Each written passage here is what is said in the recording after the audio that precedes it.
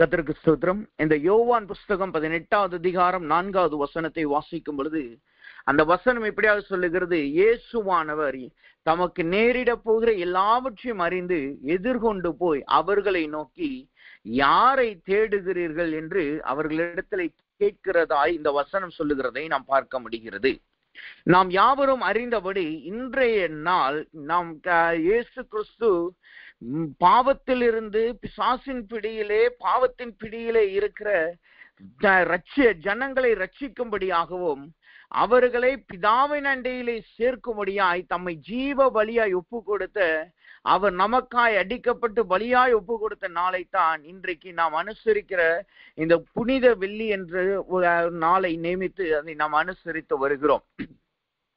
இன்றைக்கு இந்த புனித வெள்ளி என்று சொல்லப்படுகிறபடினாலும், இந்த நாளை நாம் அனுசரித்து அதை நினைவு கூறுகிறபடினாலும், அதற்கு சம்பந்தப்பட்ட தேவனுடைய செய்தியை தான் நாம் இன்றைக்கு தியானிக்க போகிறோம். அதற்கு ஆதாரமாகத்தான் இந்த யோவான் புஸ்தகம் 18வது அதிகாரம் 4வது வசனத்தை நாம் வாசிக்கிறோம். இப்ப இங்க நாம் இன்றைக்கு புனித வெள்ளி என்று நாம் அனுசரிக்கிறபடினால் அதனுடைய காரியத்தை சில குறிப்புகளை மாத்திரம் பார்த்து அதுக்கப்புறம் இந்த வசனத்தை நாம் தியானிக்க ஆரம்பிப்போமாக. இந்த இயேசு கிறிஸ்துவின் பாடுகளை நினைவு கூறுகிற நாளாகத்தான் இந்த புனித வெள்ளி அனுசரிக்கப்படுகிறது. ஒரு பக்கத்திலே இதை மகிழ்ச்சியான நாட்கள் என்று நாம் சொல்லிக் கொண்டாலும், இது மகிழ்ச்சியான நாள் என்பது ஏனென்றால் அது நம்மளுடைய ரட்சிப்பாய் மாறுகிறது. இயேசு நமக்கு ரட்சணியத்தை கொடுக்கும்படியாய் அவர் அடிக்கப்பட்டார். ஆனால் இன்னொரு பக்கத்திலே இயேசு கிறிஸ்து தம்மை ஒப்பு கொடுத்து பலியாய் அடிக்கப்படும்படியாய் ஒப்பு கொடுத்த நாளாய் இது காணப்படுகிறது. இரண்டாவதாக, இந்த புனித வெள்ளியை குறித்து நம்ம நெட்ல மற்ற இடங்களில் நாம் பார்க்கும் பொழுது, இது சில இடங்களிலே புனித வெள்ளி என்று சொல்லுகிறார்கள், சில இடங்களிலே இதற்கு இன்னொரு பெயர் சொல்லப்படுகிறது, பரிசுத்த வெள்ளி என்று சொல்லப்படுகிறது, அதே வெள்ளிக்கிழமை என்று சொல்லப்படுகிறது, பெரிய வெள்ளி என்று சொல்லப்படுகிறது. ஏனென்றால் இது இயேசு கிறிஸ்து உயிர்த்தெழ போகிற அந்த ஈஸ்டர் நாளுக்கு முன்பாக வருகிற முதல் வெள்ளிக்கிழமையாய் காணப்படுகிறபடியினால் அது இந்த பரிசுத்த வெள்ளி என்று அழைக்கப்படுகிறது, பெரிய வெள்ளி என்று அழைக்கப்படுகிறது. அது மாத்திரமல்ல, இந்த புனித வெள்ளியை குறித்து நாம் பார்த்தோம் என்றால் ஆதி திருச்சபை நாட்களிலே, அதாவது அப்போஸ்தலர் நாட்களிலே, அப்போஸ்தலர் திருச்சபைகள் நாட்களிலே, ஆதி திருச்சபைகள் நாட்களிலே நாம் பார்த்தோம் என்றால் இந்த நாட்களை அவர்கள் அதாவது ஒரு செலிப்ரேட் நாட்களாய் அல்ல, இந்த நாட்களில் இருக்கிறது போல அதாவது ஒரு செலிப்ரேட் நாளாகவோ சந்தோஷமான நாளாய் அல்ல. இதை அவர்கள் ஆதி திருச்சபை நாட்களிலே இது ஒரு துக்க நாளாய் அனுசரித்தார்கள். ஏனென்றால் அவர்களோடு இருந்த கிறிஸ்துவானவர் அடிக்கப்பட்டபடினாலும் இரத்த சிந்தினபடினால் அதை துக்க நாட்களை அனுசரித்தார்கள் என்று வரலாறு சொல்லுகிறது. அதுக்கப்புறம் தான் பின்பாகத்தான் அது அப்படியே மாற்றப்பட்டு இதை ஏன் நம்ம துக்க நாட்களாய் அனுசரிக்கணும், நம்முடைய பாவங்களுக்காகத்தான் இயேசு மரித்தார், அப்ப நம்ம இதை சந்தோஷமான நாளாய் நமக்கு ரட்சிப்பின் நாளாய் அமைந்தபடியினால் அதை ஒரு புனித நாளாய் சந்தோஷமான நாளாய் பின்பாக தான் அது மாற்றப்பட்டது. அதனோடு கூட இந்த புனித வெள்ளி அல்லது குட் ஃப்ரைடே என்று சொல்லுகிறதற்கு எதன் மூலமாய் வந்தது என்றால், குட் ஃப்ரைடே என்கிற வார்த்தையானது பினோஸ் அல்லது ஹோலி என்கிற வார்த்தையின் மூலமாய் மருவி வந்ததாய் காணப்படுகிறது. இந்த ரெண்டு வார்த்தையினுடைய அர்த்தம் என்னவென்றால் குட், அது வெள்ளிக்கிழமையா இருக்கிறபடியினால் குட் ஃப்ரைடே என்று இந்த நாட்கள் அழைக்கப்படுகிறது. அதனோடு கூட இயேசு கிறிஸ்து இந்த நாளை குறித்து இயேசுவே தன்னுடைய வாயிலிருந்து சொன்ன ஒரு வார்த்தையை வேதத்திலிருந்து நாம் பார்த்தோம் என்றால், யோவான் புஸ்தகத்திலே 18வது அதிகாரத்திலே இயேசு கிறிஸ்து சொல்லுகிறார், பிதாவின் இடத்துல சொல்லுகிறார், ஆண்டவரே நித்திய ஜீவனை கொடுக்கும் பொருட்டு என்று சொல்லுகிறதை நாம் பார்க்கிறோம். நித்திய ஜீவனை கொடுக்கும் பொருட்டு என்று சொல்லுகிறதை நாம் பார்க்க முடிகிறது. அப்ப இயேசு கிறிஸ்து அவர் நம்ம இந்த நாளை எப்படி அனுசரிக்கிறாராம் அல்லது எப்படி பார்க்கிறார், அது சகல ஜனங்களுக்கும் நித்திய ஜீவனை கொடுக்கும் பொருட்டு இயேசுவானவர் தம்மை ஒப்பு கொடுத்ததை காட்டுகிறது. இந்த நாள் அல்லது இந்த அடையாளமாய் சொல்லப்படுகிற இந்த நாள் வந்தது நிமித்தமாகத்தான், அல்லது இன்றைக்கு இயேசு பலியானது நிமித்தமாகத்தான், அவர் அதன் மூலமாகத்தான் நம்மளுக்கு நித்திய ஜீவன், சகல ஜனங்களுக்கும் நித்திய ஜீவனை நாம் பெற்றுக்கொள்ள முடிகிறது. நாம் மரித்தாலும் அவரோடு வாழத்தக்கதான் நாளாய் காணப்படுகிறது. அது மாத்திரமல்ல, இந்த புனித வெள்ளி என்கிற நாட்களில் மிகவும் முக்கியமாய் அனுசரிக்கப்படுகிற அல்லது மிக முக்கியமான நேரம் என்று கணக்கிடப்படுகிற நேரம் என்னவென்றால் மத்தியானம் வெள்ளிக்கிழமை, அதாவது இன்றைக்கு காலையிலே மத்தியானம் 12 மணியிலிருந்து 3 மணி, சாயங்காலம் 3 மணி வரை, நண்பகல் 12 மணியிலிருந்து 3 மணி வரை தான் இதை முக்கியமான நேரம் என்று அனுசரிக்கப்படுகிறது. ஏனென்றால் மத்தேயுவின் புஸ்தகத்திலே நாம் வாசிக்கிறபடி அவர் அந்த நேரத்திலே தான் அந்த அந்தகாரம் அந்த இடத்தை இயேசு அடிக்கப்பட்ட கல்வாரி என்கிற ஸ்தலத்தை அந்த அந்தகாரம் மூடினது. அந்த நேரத்துல தான் தன் இயேசுவானவர் தம்முடைய ஜீவனை ஒப்பு கொடுத்ததை நாம் பார்க்கலாம். அப்ப அதனால் தான் இது அந்த நேரத்துல தான் நம்மளுக்கு ரட்சிப்பின் நாளாய் அமைந்தது, சகல ஜனங்களுக்கும் ரட்சிப்பின் நாளாய் அமைந்தது. சோ அதனால இந்த புனித வெள்ளியின் நாட்களிலே இந்த 12 3 மணி வரை என்கிற அந்த 3 மணி நேரம் மிகவும் முக்கியமான நேரமாய் அனுசரிக்கப்படுகிறது. இதுதான் புனித வெள்ளிக்கான சில குறிப்புகளை நாம் பார்த்து வருகிறோம். இப்பொழுது நாம் இந்த யோவான் புஸ்தகம் 18வது அதிகாரம் 4வது வசனத்தை நாம் தியானிப்போமாக. அந்த வசனம் சொல்லுகிறது, இயேசு தம்மை குறித்து எல்லாவற்றையும் அறிந்து, நேரிட போகிற எல்லாவற்றையும் அறிந்து எதிர்கொண்டு போய் அவர்களை நோக்கி யாரை தேடுகிறீர்கள் என்றார். இந்த வசனத்தை நாம் பார்த்தோம் என்றால், இயேசுவுக்கு தெரியும் தன்னை அடிக்கப் போகிறார்கள், தன் ரத்தம் முழுவதும் சொட்ட போகிறது, தம்மை ஆணிகளினால் அறைய போகிறார்கள், தலையிலே முள் கிரீடம் சூடப்பட போகிறது, சாட்டைகளினால் அடிக்க போகிறார்கள், முள் சாட்டைகளினால் அடிபெற போகிறோம், இந்த ஜனங்களுக்காய் தன்னுடைய சதைகள் கிழிக்கப்பட போகிறது. இது எல்லாவற்றையும் இயேசு அறிந்திருந்தோம். அங்கு இயேசு சொல்லுகிறார், யாரை தேடுகிறீர்கள் என்று இயேசு கேட்கிறதை நாம் பார்க்க முடிகிறது. யோசித்து பாருங்க, ஒரு மனிதன் அடிக்கப்பட போகிறார், அவருடைய ரத்தம் எல்லாம் உரியப்பட போகிறது, மரிக்க போகிறார் என்பதை அறிந்து யாராவது போய் அப்படி சொல்லுவார்களா? அப்ப இங்க இயேசு அப்படி சொல்லுகிறார் என்றால் என்ன அர்த்தம்? அது இதை காட்டுகிறது, அது அவருக்குள்ளாக இருந்த பலத்தை அடையாளமாய் காட்டுகிறது. அவருக்குள்ளாய் இருந்து, என்னை நீங்கள் அடிக்க போகிறீர்கள், என்னை இப்படியெல்லாம் செய்ய போகிறீர்கள் என்பது எனக்கு தெரியும், ஆனாலும் நான் உங்களிடத்துல வந்து கேட்கிறேன், யாரை நீங்கள் தேடுகிறீர்கள்? நீங்க தேடுறது என்னதான் என்பதை நான் அறிந்திருந்தோம். நான் வந்து கேட்கிறேன், யாரை தேடுகிறீர்கள்? என்னை நீங்கள் கூட்டு போங்கள் என்று சொல்லி இயேசு அவர்களிடத்திலே கேட்கிறதை நாம் பார்க்கிறோம். அப்ப இந்த புனித வெள்ளியின் நாளிலே இயேசு நமக்காக அடிக்கப்பட்டார், ரத்தம் சிந்தினார், காயங்களை பெற்றார், ஆணிகளை பெற்றுக்கொண்டார். இவைகள் எல்லாவற்றையும் நினைவு கூறுகிறது நல்லதுதான். ஆனால் இவைகள் எல்லாவற்றிலும் இன்னொரு முக்கியமான காரியம் ஒன்று இருக்கிறது. அது என்னவென்றால், நம்முடைய போராட்டத்திலும் நமக்கு எதிராய் வருகிற பிரச்சனைகளிலும் நாம் எப்படி செயல்பட வேண்டும் என்கிறதை இந்த நாள் நம்மளுக்கு கற்றுக் கொடுக்கிறதாய் காணப்படுகிறது. ஒரு தேவ பிள்ளை அல்லது இயேசுவினால் ரட்சிக்கப்பட்ட பிள்ளை, இயேசுவை சொந்த இரட்சகராய் ஏற்று தன் வாழ்க்கையை நடத்துகிற பிள்ளை, தனக்கு வருகிற போராட்டங்கள் பிரச்சனைகளிலே அந்த தேவனுடைய பிள்ளை எப்படி காணப்பட வேண்டும் என்பதை இயேசு இந்த நாளிலே நம்மளுக்கு காண்பிக்கிறவராய் காணப்படுகிறார். அதற்கு ஒரு முன்முதாரணமாய் அவர் காணப்படுகிறார். ஒரு பக்கத்திலே இதை நாம் செலிப்ரேட் பண்ணுகிறோம், நல்லதுதான். ஆனா யோசித்து பாருங்க, இப்படிப்பட்ட காரியங்கள் நம்முடைய வாழ்க்கையில வரும் பொழுது, ஏதாவது இப்படிப்பட்ட காரியங்கள் வருவதில்லை, இதை காட்டிலும் மிகவும் சின்ன காரியம் தான் வருது. அப்படிப்பட்ட சூழ்நிலையிலே நாம எப்படி காணப்படுகிறோம்? நாம போய் சொல்றோமா, நமக்கு இப்படி பிரச்சனை வருதுன்னு தெரிஞ்சுட்டு நம்ம சொல்றோமா, யாரை நீங்கள் தேடுகிறீர்கள் நம்ம போய் சொல்லி இருக்கிறோமா? அல்லது நமக்கு பிரச்சனை வரும் பொழுது நாம தேவன் என்னோட இருக்கிறார், தேவன் எனக்கு காண்பிச்சுட்டாரு, இது என்னை மேற்கொள்ள முடியாது, இதை நான் மேற்கொள்வேன் என்கிற வைராக்கியத்தோடு நம்மளால் எஞ்சி நிற்க முடியுதா? அல்லது போராட்டங்கள் வரும் பொழுது, பிரச்சனை வரும் பொழுது இதற்கு மாறாய் நாம் ஒளிந்து கொள்ளுகிறவர்களாய், நம்மளை நாமே மறைத்து கொள்ளுகிறவர்களாய் காணப்படுகிறோமா என்பதை நாம் நிதானித்து பார்ப்போமாக. இயேசுவை குறித்து புதிய ஏற்பாட்டிலே நாம் பார்க்கிறோம், அவர் 2ஆம் ஆதாம் என்று சொல்லப்பட்டிருக்கு. ஆனா அப்ப 2ஆம் ஆதாம்னா, 1ஆம் ஆதாம் என்ன செய்தான் போராட்டத்தின் நேரத்துல? அவன் தேவனுக்கு கீழ்ப்படியாமல் சர்ப்பத்தின் வஞ்சனையினால் வஞ்சிக்கப்பட்டு அவன் அந்த பழத்தை உண்ணு அவன் சாகவே போகிறான் என்கிற தண்டனை அங்கு வரப்போகிறது. இப்ப தேவனானவர் வந்து சொல்ல போகிறார், நீ சாகவே சாக போறாய், நீ இப்படிப்பட்ட பிரச்சனையை மாட்டிக்கொள்ளுவாய் என்ற ஒரு தண்டனை வரப்போகுது. இந்த தண்டனை, இந்த சோதனை வரும் பொழுது அவன் என்ன செய்தான்? மரங்களுக்கு பின்பாக அவன் ஒளிந்து கொண்டவனாய் காணப்பட்டான். சத்ருவின் வஞ்சனையிலே மாட்டிக்கொண்டு சத்ருவின் நிமித்தமாய் அவன் மரங்களுக்கு பின்பாய் ஒளிந்து கொண்டவனாய் காணப்பட்டான். ஆனால் இந்த 2ஆம் ஆதாம் என்று சொல்லப்படுகிற கிறிஸ்துவாகிய இயேசுவானவர் அதை எதிர்த்து நின்று யாரை தேடுகிறீர்கள் என்று அவர் சொல்லுகிறதை நாம் பார்க்க முடிகிறது. அப்ப அப்படிப்பட்ட ஒரு வைராக்கியம், அப்படிப்பட்ட ஒரு பலன், அப்படிப்பட்ட ஒரு தைரியம் தேவனிடத்திலே காணப்பட்டது. அப்படிப்பட்ட தைரியம் இயேசுவின் இடத்திலே காணப்பட்டது. அப்ப யோசித்து பாருங்க, தேவனை பின்பற்றுகிற நாம், இயேசுவை சொந்த இரட்சகராய் ஏற்றுக்கொள்கிற நாம், உபத்திரவத்திலும் பர்சிகியூஷன்லயும் பாடுகளிலும் நமக்கு இப்படிப்பட்ட ஒரு வைராக்கியம் காணப்பட வேண்டும். இந்த நாட்களிலே இந்த வைராக்கியம் அநேக தேவ பிள்ளைகளிலே இடத்திலே குறைந்து போய் காணப்படுகிறது. நல்ல கிறிஸ்துமஸ் செலிப்ரேட் பண்ணுகிறோம், நல்ல ஈஸ்டர் செலிப்ரேட் பண்ணுகிறோம், நல்ல பாம் சண்டே செலிப்ரேட் பண்ணுகிறோம், நல்ல புனித வெள்ளியை செலிப்ரேட் பண்ணுகிறோம், இயேசுவின் பிள்ளை என்று மார்த்தட்டி சொல்லிக் கொள்கிறோம். ஆனால் போராட்டம் வரும் பொழுது, பிரச்சனை வரும் பொழுது என்ன செய்கிறோம்? அதை பார்த்து நாம் பயப்படுகிறவர்களாய் காணப்படுகிறோம்.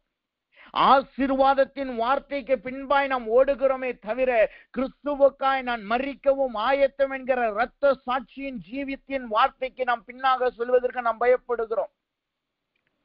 தேவனுக்காய் நான் ஓடுவேன், அவருக்காய் களைப்படைவேன், அவருக்காய் நான் ரத்தம் சிந்துவேன் என்று சொல்லுகிற அனுபவம் இன்றைக்கு அநேக தேவ பிள்ளைகளிடத்திலே குறைந்து போய் காணப்படுகிறது. இங்க யோசித்து பாருங்க, இன்னைக்கு ஜனங்கள் எங்கு போய் கொண்டிருக்கிறார்கள்? கிறிஸ்தவ ஜனங்கள் எங்கு போய் கொண்டிருக்கிறார்கள்? அநேகர் எங்கு ஆசீர்வாத வார்த்தை இருக்கு, எங்கு நல்ல இளைப்பாறுதலின் வார்த்தை இருக்கு, எங்கு எல்லாம் நல்ல பாடல் படப்படுது, எங்கெல்லாம் நல்லா உற்சாகமா இருக்கலாம், அங்க போகிறார்கள். ஆனால் வசனம் அதை மாத்திரம் நம்மளுக்கு கற்றுக் கொடுக்கவில்லை. அங்க போறது நல்லதுதான், இளைப்பாறுதல் வார்த்தை நல்லதுதான், நல்ல செழிப்பான ஆசீர்வாத வார்த்தைகள் நல்லதுதான். ஆனாலும் பலனடைய வேண்டிய உபத்திரவத்திலும் போராட்டத்திலும் உறுதுணையாய் தேவன் பக்கம் நிற்கிறவர்களாய், தேவனுக்காய் நிற்கிறவர்களாய் நாம் காணப்படுவதையும் வசனம் நம்மளுக்கு கற்றுக் கொடுக்கிறதாய் காணப்படுகிறது. ஒன்றை நாம் புரிந்து கொள்வோமாக, நாம் வாழுகிற காலம் கடைசி காலத்தின் நாட்களுக்குள்ளாய் நாம் கடந்து வந்திருக்கிறோம். இனி வரும் நாட்களிலே கிறிஸ்தவர்களுக்கும் சரி, தேவனை பின்பற்றுகிற பிள்ளைகளுக்கு அநேக பாடுகள் இருக்கிறது, அநேக காரியங்கள் எதிர்நோக்கி வருகிறதாய் காணப்படுகிறது. நம்ம ஆசீர்வாதத்தையும் செழிப்பை மாத்திரம் நாம் ஓடுகிறவர்களாய் காணப்பட்டோம் என்றால், நாம் அந்த போராட்டங்களிலே காற்றிலே நாம் நிலைத்து நிற்க முடியாது. யோசித்து பாருங்க, ஒரு சின்ன உதாரணத்தோட யோசித்து பாருங்க. ஒரு பையன் இருக்கிறான் அல்லது ஒரு வாலிபன் இருக்கிறான், நல்லா சாப்பிடுறாப்புல, அவருக்கு பிடிச்ச ஆகாரமாய் நல்லா சாப்பிடுறாப்புல, அவருக்கு பிடிச்ச வாழ்க்கையை நல்லா வாழ்றாப்புல, நல்லா படுத்துட்டு நல்ல கேம் விளையாடுறது, அல்லது நல்ல அவர் கஷ்டமில்லாத இடத்துல போய் வேலை செய்யறது, நல்ல ஆகாரம் நல்லா சாப்பிட்டு நல்லா இருக்கிறாப்புல. அப்ப அவருடைய வாழ்க்கையில திடீர்னு ஒரு சின்ன போராட்டம் வருது. அவர் போராட்டத்தையே பார்த்தது கிடையாது, கடினமான பாதையிலே போனதே கிடையாது. கடினம் என்றால் என்ன, அது எனக்கு வேண்டாம் என்று ஒதுக்கி வைக்கிறவராய் காணப்படுகிறார். அவர் வாழ்க்கையில ஒரு சின்ன போராட்டம் வருது. உடனே என்ன நடக்கும்? ஒண்ணு அதுல அவர் அழுவாரு, அல்லது அவர் மரணத்தை, தன்னுடைய வாழ்க்கையை தான் எடுத்துக்கொள்ள வேண்டும் என்று சூசைட் என்கிற முடிவுக்கு போவாரு. இல்லைன்னா என் வாழ்க்கை போயிருச்சுன்னு சொல்லி அதோடு நொடிஞ்சு போய் ஒண்ணுமில்லாதவரை போல காணப்படும். இதுதான் ஆசீர்வாதத்திற்கு பின்பாகவும் தேவனுடைய வார்த்தையும், எனக்கு ஆசீர்வாத வார்த்தை வேண்டும், அது போதும் என்று ஓடுகிற தேவ பிள்ளைகள் வாழ்க்கையிலே கடைசி நாட்களில் இதுதான் சம்பவிக்கும். அப்ப தேவ பிள்ளைகளாகிய நாம் இன்றைக்கு இந்த புனித வெள்ளியை செலிப்ரேட் பண்ணுகிற நாம், இயேசுவை எப்படி அவர் போராட்டத்திற்கும் வருகிற பாடுகளுக்கு உபத்திரவத்திற்கு முன்பாய் எதிர்த்து நின்றாரோ, அதே போல் நாம் எதிர்த்து நிற்கிறவர்களாய் நாம் காணப்பட வேண்டும். அப்ப இதை நாம் கேட்கும் பொழுது நம்மளுக்குள்ளாய் ஒரு சிந்தனை வரும், அவர் தேவ குமாரனே, அவர் தேவன் தானே இறங்கி வந்தார், அவர் எழுச்சி நிற்பாருப்பா, நான் மனிதன் அல்லவா, நான் சாதாரண மனிதன் அல்லவா, நான் எனக்கென்று இந்த பூமியில மாம்சீகமாய் நான் காணப்படுகிறேனே, என்னால எப்படி எஞ்சி நிற்க முடியும்? அவர் தேவனால இருந்ததுனால தானே எஞ்சி நின்றார் என்று நாம் யோசிக்கலாம். ஆனால் வசனம் என்ன சொல்லுகிறது என்றால், வசனத்தை நாம் வாசிப்போமாக. மத்தேயின் புஸ்தகம் 14வது அதிகாரம் 34வது வசனம் எப்படியா சொல்லுகிறது? மத்தேயின் புஸ்தகம் மார்க்குவின் புஸ்தகம் 14வது அதிகாரம் 34வது வசனத்தை வாசிக்கும் பொழுது அந்த வார்த்தை எப்படியா சொல்லுகிறது? பேதுருவையும் யாக்கோவையும் யோவானையும் தம்மோடே கூட்டிக் கொண்டு போய் திகிலடையவும் மிகவும் வியாகுலப்படவும் தொடங்கினார். அதற்கு அடுத்த 34வது வசனத்தை பாருங்க, எப்படியாக சொல்லுகிறது? என் ஆத்துமா மரணத்துக்கு ஏதுவான துக்கம் கொண்டிருக்கிறது, நீங்கள் இங்கே தங்கி விழித்திருங்கள் என்று சொல்லி. இங்க வார்த்தை பாருங்க, என் ஆத்துமா மரணத்துக்கு ஏதுவான துக்கம் கொண்டிருக்கிறது. நம்முடைய வாழ்க்கையில மாத்திரம் மரணத்துக்கு ஏதுவான துக்கம் வருவதில்லை. நம்ம மாத்திரம் போராட்டத்துல போகிறது அல்ல, நாம மாத்திரம் இந்த சோதனைக்குள்ள போய்கொண்டிருக்கிறோம் அல்ல. நமக்கு முன்பாகவே கிறிஸ்துவானவர் இப்படிப்பட்ட போராட்டங்களிலும் மரணத்துக்கு ஏதுவான வியாகுலத்திற்குள்ளாய் கடந்து போனவராய் காணப்படுகிறார். அவர் ஒரு பக்கத்திலே தேவகுமாரனாய் காணப்பட்டார், ஒரு பக்கத்திலே சகல வல்லமையும் கொடுக்கப்பட்டது. ஆனால் மறுபக்கத்திலே அவர் தன்னை மனிதனாய் தன்னை வெளிப்படுத்தினார். அவருக்கென்று ரத்தம் இருந்தது, சதை இருந்தது, நரம்புகள் இருந்தது. மனிதன் சுவாசிக்கிறது போல அவர் சுவாசித்தார். மனிதன் போய்கொண்டிருக்கிற அந்த போராட்டமாகிய வியாகுலங்கள், கஷ்டங்கள், உபத்திரவங்கள் அல்லது பயம், கலக்கம், திகில் எல்லாவற்றையும் அவர் அனுபவித்தவராய் காணப்படுகிறார். அப்ப இயேசு கிறிஸ்து போராட்டத்துக்கு முன்பாக எதிர்த்து நிற்கிறதுக்கு முன்பாக அவர் இப்படிப்பட்ட வியாகுலத்துக்குள்ளாய் கடந்து போனவராய் காணப்படுகிறார். அப்படிப்பட்ட வியாகுலத்துக்குள்ளாய், போராட்டத்துக்குள்ளாய், மிகவும் வேதனைக்குள்ளாய் கடந்து போன இயேசுதான் சொல்லுகிறார், யாரை தேடுகிறீர்கள் என்று அவர்களிடத்தில் கேட்கிறவராய் காணப்படுகிறார். அப்ப ஒரு பக்கத்துல அவர் போராட்டத்துக்குள்ளேயும் வியாகுலத்திற்குள்ளேயும் மிகுந்த அந்த வசனம் சொல்லுகிறபடி என் ஆத்துமா மரணத்துக்கு ஏதுவான துக்கம் கொண்டுகிறது என்கிற பாதையிலே போன இயேசு எப்படி இப்படி எதிர்த்து நிற்கிறவராய் இருக்கிறார் என்பதை இன்றைக்கு நாம் தியானிக்க போகிறோம். அதை தியானித்து நம்முடைய வாழ்க்கையில் வருகிற போராட்டங்கள், உபத்திரவத்திலே நாம் எப்படி இயேசுவை போல் காணப்பட்டால் நாமும் இப்படிப்பட்ட எதிர்த்து நிற்கிறவர்களாய், வைராக்கியம் உள்ளவர்களாய் நிற்க முடியும் என்பதை பார்த்து நாம் தேவ சமூகத்திலிருந்து அதை நாம் பெற்றுக்கொள்வோமாக. அப்ப இயேசு மரணத்துக்கு ஏதுவான வியாகுலத்தில் இருந்த இயேசு இப்படி தைரியம் உள்ளவராய், வைராக்கியம் உள்ளவராய் மாறி இருக்கிறாரவா? இதற்கு இடைப்பட்ட நேரங்களிலே ஒரு காரியம் நடந்திருக்கிறது. அதன் நிமித்தமாக தான் இயேசு அவர்களிடத்துல கேட்கிறார், யாரை தேடுகிறீர்கள் கேட்கிறதை நாம் பார்க்க முடிகிறது. அப்ப இடைப்பட்ட நேரத்துல என்ன நடந்தது? அவர் கலங்கின நேரத்திலும் வைராக்கியமா இருந்த நேரங்களுக்கு, இந்த இடைப்பட்ட நேரங்கள்ல என்ன நடந்தது அதை குறித்து நாம் தியானிப்போமாக. முதலாவதாக, அவருக்கு கலக்கம் வந்தவுடனே, அவருடைய ஆத்தும மரணத்துக்கு ஏதுவான துக்கம் வந்தவுடனே அவர் முதலாவது செய்த காரியம் என்னவாம்? வசனம் சொல்லுகிறது, மத்தேயுவின் புஸ்தகம் 26வது அதிகாரம், மத்தேயுவின் புஸ்தகம் 26வது அதிகாரம் 36வது வசனத்தை வாசிக்கும் பொழுது அந்த வசனம் எப்படியாவது சொல்லுகிறது, அப்பொழுது இயேசு அவர்களோட கெர்சமனே எனப்பட்ட இடத்திற்கு வந்து சீசர்களை நோக்கி, நான் அங்கே போய் ஜெபம் பண்ணும் அளவு நீங்கள் இங்கே உட்கார்ந்திருங்கள் என்று சொல்லி. இங்க இயேசுவுக்கு மரணத்துக்கு ஏதுவான, அவருடைய ஆத்தும மரணத்துக்கு ஏதுவான துக்கம் வந்துருச்சு, வியாகுலம் வந்துருச்சு, திகில் வந்துருச்சு. ஆனா இந்த நேரத்துல இயேசு செய்த முதலாவது காரியம் என்ன? அவர் கெத்செமனேக்கு வருகிறவராய் காணப்பட்டார். அவர் கெத்செமனே என்கிற இடத்துல இருந்த தோட்டத்திலே, அந்த கெத்செமனே தோட்டத்திற்கு அவர் வருகிறவராய் காணப்பட்டார். அப்போ ஒரு தேவ பிள்ளை எப்படி காணப்பட வேண்டுமா? இந்த புனித வெள்ளி நம்மளுக்கு எதை சொல்லிக் கொடுக்கிறது? நம்முடைய வாழ்க்கையிலே போராட்டம் வரும்பொழுது, அது திகிலாய் இருக்கலாம், கலக்கமாய் இருக்கலாம், வியாகுலமாய் இருக்கலாம், அல்லது மரணத்துக்கு ஏதுவான துக்கமாய் இருக்கலாம். எதுவாய் இருந்தாலும் நாம் முதலாவது வர வேண்டிய ஸ்தலம் என்ன ஸ்தலம்? அது கெத்செமனேயாய் காணப்படுகிறது. நாம் முதலாவது ஓட வேண்டியது நம்முடைய பெற்றோர்களிடத்துல அல்ல, நாம் முதலாவது ஓட வேண்டியது நம்முடைய குடும்பத்தினரிடத்துல அல்ல, நம் முதலாவது ஓட வேண்டியது உறவினர்களிடத்துல அல்ல, அல்லது நம்மளை அறியாத அல்லது நமக்கு தெரியாத ஜனங்களிடத்துல போய் ஆதரவை தேடுகிறது அல்ல. நம் முதலாவது வர வேண்டிய ஸ்தலம் என்ன ஸ்தலம்? அது கெத்செமனேயாய் காணப்படுகிறது. இன்றைக்கு ஒரு தேவ பிள்ளை சொல்லுகிற, வைராக்கியமாய் இருக்கிறேன் சொல்ல தேவ பிள்ளைகள், நன்றாய் ஜெபிக்கிறேன், மணிக்கணக்காய் ஜெபிக்கிறேன் என்று சொல்லுகிற தேவ பிள்ளைகள், எனக்கு வசனம், நான் அநேக தரம் வேதத்தை, முழு வேதத்தையும் நான் முடித்திருக்கிறேன் என்று சொல்லுகிற தேவ பிள்ளைகள், அநேக நேரம் வியாகுலம் வரும் பொழுது, போராட்டம் வரும் பொழுது அவர்கள் ஓடுகிற ஸ்தலம் எது தெரியுமா? அவர்கள் நம்பி இருக்கிற அவர்களுடைய குடும்பத்தார் அல்லது யார் அவர்களை காப்பாற்றுவார்கள் என்று எண்ணிக்கொண்டிருக்கிற பெரியவர்களிடத்தில் அவர்கள் ஓடுகிறவர்களாய் காணப்படுகிறார்கள். அதுதான் மிகவும் துக்கத்திற்குரிய காரியமாய் காணப்படுது. ஆனால் வசனம் அதை நம்மளுக்கு கற்றுக் கொடுக்கவில்லை. வசனம் நம்மளுக்கு எதை கற்றுக் கொடுக்கிறது?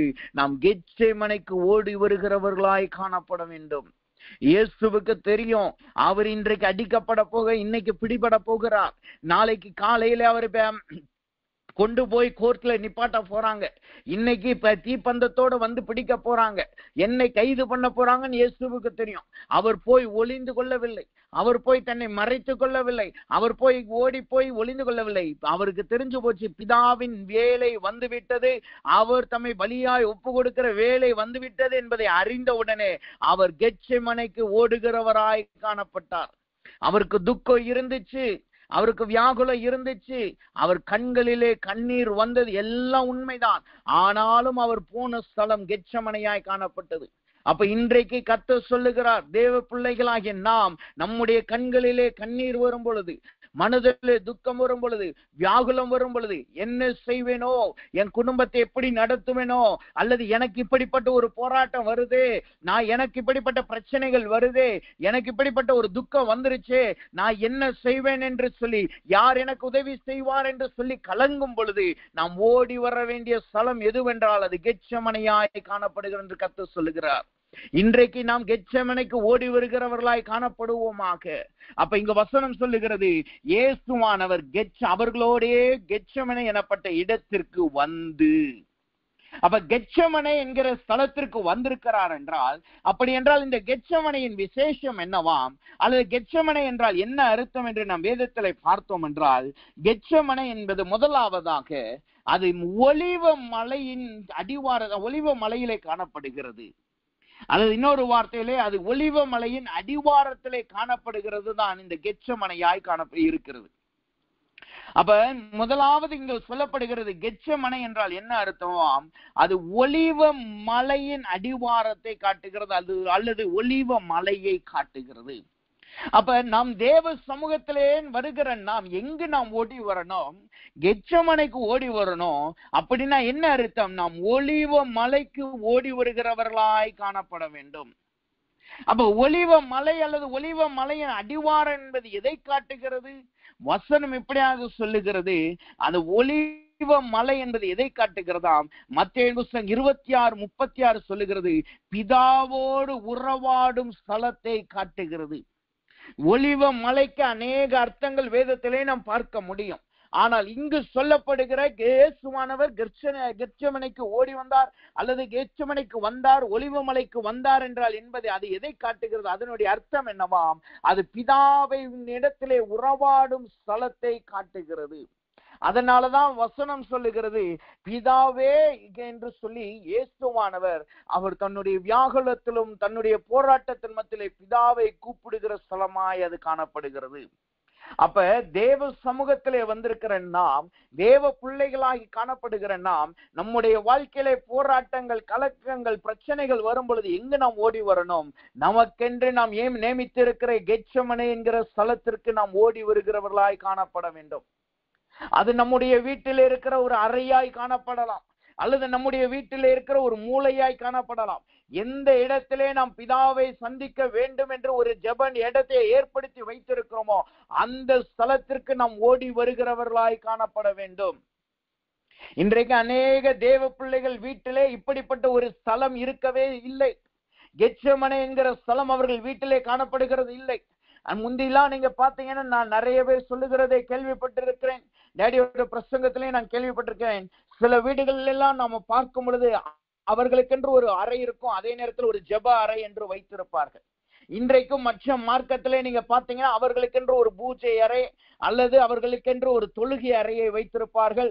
எப்ப அவர்கள் அவங்க தேவனிடத்துல பேசணும்னு நினைக்கிறாங்களோ, அல்லது எப்ப அவர்கள் தேவனோடு உறவாட நினைக்கிறார்களோ அந்த அறைக்குள்ளாய் அவர்கள் போய் விடுவார்கள்.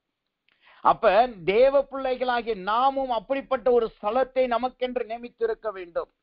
நமக்கென்று ஒரு ஜெப அறை காணப்பட வேண்டும்.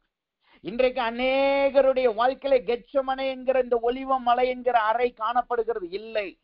பிதாவை நீங்க எப்படி சந்திக்கிறீங்க, எந்த இடத்துல வைத்து சந்திக்கிறீங்க, எந்த இடத்துல நீங்க அவரோட பேசுகிறீர்கள் என்று கேட்டால், எல்லா இடத்திலையும் பிதா இருக்கிறாரே, எல்லா இடத்திலையும் தேவன் இருக்கிறாரே, நான் எங்க நினைச்சாலும் ஜெபிப்பேன் என்று சொல்லுங்க. அது உண்மைதான், எல்லா இடத்திலையும் கிறிஸ்து இருக்கிறார். ஆனால் ஒன்றை நாம் புரிந்து கொள்ள வேண்டும், எப்படி பிள்ளையானது தகப்பனோடு உறவாடுவதற்கென்று ஒரு வீடு என்கிற ஸ்தலம் இருக்கிறதோ, அதே போல பிதாவாகிய தேவனிடத்திலே நாம் உறவாடுவதற்கென்று நமக்கென்று ஒரு ஸ்தலம் கண்டிப்பாய் காணப்பட வேண்டும். எல்லா இடத்துலயும் நம்ம உட்கார்ந்து ஜெபம் பண்ண முடியும். ஹால்ல உட்கார்ந்து சில நேரம் ஜெபம் பண்ணும்போது அந்நேரம் தான் பிள்ளைகள் ஓடி பிடித்து விளையாட்டு கொண்டு இருப்பாங்க, அல்லது அந்நேரம் தான் யாராவது நம்மளை பார்க்க வருவார்கள், அல்லது அந்நேரம் தான் வீட்டுல ஏதாவது ஒரு வேலை நடக்கும், அல்லது நீங்க பெட்ரூம்ல உட்காந்து ஜெபம் பண்ணீங்கன்னா அந்நேரம் தான் யாராவது ட்ரெஸ்ஸிங் சேஞ்ச் பண்ணவோ அல்லது ரூம் கிளீன் பண்ணவோ ஏதோ ஒரு காரணத்துக்காக வருவார்கள். ஆனா உங்களுக்கென்று ஒரு ஜெப அறையை நீங்க நியமித்தீங்கன்னா, ஜெப இடத்தை நியமித்தீங்கன்னா, அதற்குள்ள யாராலையும் அது வர முடியாது. அது நீங்களும் தேவனும் இடைபடுகிற ஸ்தலமாய் இது காணப்படும். நீங்களும் தேவனும் உறவாடுகிற ஸ்தலமாய் காணப்படும். அதற்கு மத்தியில உங்களுக்கும் தேவனுக்கும் மத்தியில யாருமே அங்கு வர மாட்டார். அதனாலதான் மத்திய 6 நாம் வாசிக்கிறோம், நீங்கள் தலைக்கு எண்ணெய் பூசி அறைக்குள்ளாக சென்று அறை கதவை பூட்டி என்று சொல்லுது. அது ஆவிக்குரிய அர்த்தத்தின்படி மனக்கதவு இருக்கு. ஆனால் அதே நேரத்தில் எழுத்தின்படி இயேசுவே சொல்லிக் கொடுக்கிறது என்னவென்றால், ஒரு அறைக்குள்ளாக போய் உங்கள் கதவை பூட்டுங்கள் என்று சொல்லு. இது மற்ற போதகர் ஒருவர் தன்னுடைய பிரசங்கத்திலே சொன்னதை கேள்விப்பட்டதே எனக்கு இப்பொழுது நினைவுக்கு வருகிறபடினால் நான் சொல்லுகிறேன். அவர் தன்னுடைய பிரசங்கத்துல இதை சொன்னார். அவர் ஒரு வீட்டுக்கு பிரேயருக்காக, வீட்டு ஜெபத்திற்காக போயிருந்தார். சில பேர் கேள்விப்பட்டிருக்கலாம், பட் அதை நான் இப்பொழுது சொல்ல விருப்பப்படுகிறேன். அவர் அந்த வீட்டுக்கு பிரேயருக்கு போயிருந்தப்ப அந்த வீட்டை பார்த்தா சின்ன வீடா தான் இருந்திருக்கு.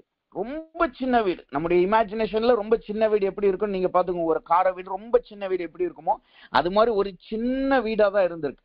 அந்த சின்ன வீட்டுல இவர் விசிட்டிங் போயிருக்காரு. அவர் அவங்க உட்கார்ந்து அவர்களோட பேசிக்கிட்டு இருக்காரு, ஜோம் பேசிக்கிட்டு இருக்காரு. சரி, பேசி முடிச்ச உடனே சரி வாங்க பிரதர் ஜோம் பண்ணிட்டு கிளம்புவோம், நான் கிளம்புறேன்னு சொன்ன உடனே அங்க இருந்து அந்த தேவ பிள்ளை சொன்னாப்லயும், ஃபர்ஸ்ட் ஜோமனை போறோம்ல, நம்ம வாங்க அங்க போவோம்னு சொல்லி ஒரு இடத்துக்கு கூட்டு போறோம். அது இருக்கிறதே ஒரு சின்ன ரூம் தான். ஆனா அந்த சின்ன ரூம்ல ஒரு சின்னதா ஒரு ஸ்கிரீன் மாதிரியோ அல்லது ஒரு பாய் மாதிரி சுத்தி கட்டி அதுக்குள்ளாக ஒரு சின்ன அந்த கார்னர்ல ஒரு சின்ன இடத்தை நியமிச்சிருக்காங்க. அந்த இடத்துக்குள்ள அவங்க போகும்போது அது ஸ்கிரீன் மாதிரி அவர்கள் போட்டுக் கொள்வார்கள், அல்லது அந்த இடத்துக்குள்ள செப்பலோடவோ அல்லது மற்ற எந்த ஒரு காரியத்துக்கும் அந்த இடத்துல போகக்கூடாது. அது ஒரு சின்ன வீடு, அது ஒரு ரூம் தான். அந்த ரூம்ல ஒரு கார்னர் கர்த்தருக்கென்று அவர்கள் நியமித்திருக்கிறார். கர்த்தருக்கென்றால் கர்த்தரோடு அவர்கள் உறவாடுகிற ஸ்தலமாய் அதை வைத்திருக்கிறார்கள். அந்த இடத்துல அவர்கள் இருப்பார்கள். அவர்கள் ஜெபிக்கிற நேரத்தில் அங்க போய் உட்கார்ந்து ஜெபிப்பார்கள். இது நான் ஒரு பாஸ்டர் மூலமாய் கேள்விப்பட்டது. அப்ப யோசித்து பாருங்க, அவங்க இருக்கிறது சின்ன வீடு தான், ஆனால் அதுலயும் கர்த்தருக்கென்று ஒரு முக்கியத்துவத்தை கொடுத்து வைத்திருக்கிறார்கள். நான் பெங்களூர் பட்டணத்துல என்று நினைக்கிறேன், நான் ஒரு காரியத்துக்காக பெங்களூர் போயிருந்த பொழுது அங்கு ஒரு வீட்டிலே ரீஃப்ரெஷ் ஆகுறதுக்காக அங்க ஒரு வீட்டுக்கு அழைத்து சென்றிருந்தார்கள். அப்ப அந்த வீட்டுக்கு போகும்போது அந்த வீட்டுல பாத்தீங்கன்னா 2 ரூம் தான். ஒரு சின்ன ஹால், 10க்கு 15 இருக்கிற ஒரு சின்ன ஹால், அது பக்கத்துல ஒரு பெட்ரூம், சின்ன பெட்ரூம். அந்த பெட்ரூம்லயும் அதையும் அவர்கள் 2ஆய் பிரித்து இருக்கிறார்கள். அது எதற்கென்றால் அந்த பெட்ரூம்ல பாதியில அவர்களுடைய பிள்ளைகள் படுத்துக் கொள்வார்கள், மீதி இருக்கிற பாதி ரூம் ஜெப அறை. அந்த ஜெப அறைக்குள்ள விளையாடுறதுக்காகவோ படுக்கிறதுக்காகவோ வேற எதுக்குமே போக மாட்டார்கள். அது ஜெப அறையாகவே அது காணப்படும்.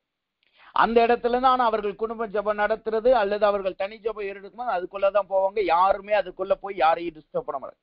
அப்ப யோசித்து பாருங்க, கர்த்தர் நாம் வாழுகிறதற்கென்று ஒரு ஸ்தலத்தை கொடுத்திருக்கிறார். கர்த்தர் நம்ம வசிக்கிறதற்கென்று ஒரு வீடை கொடுத்திருக்கிறார். அவர் நமக்கு எல்லாவற்றையும் நம்ம செய்திருக்கிறார். அவன் கர்த்தருக்கா ஏதாவது ஒரு ஸ்தலத்தை நம்ம கொடுத்திருக்கிறோமா?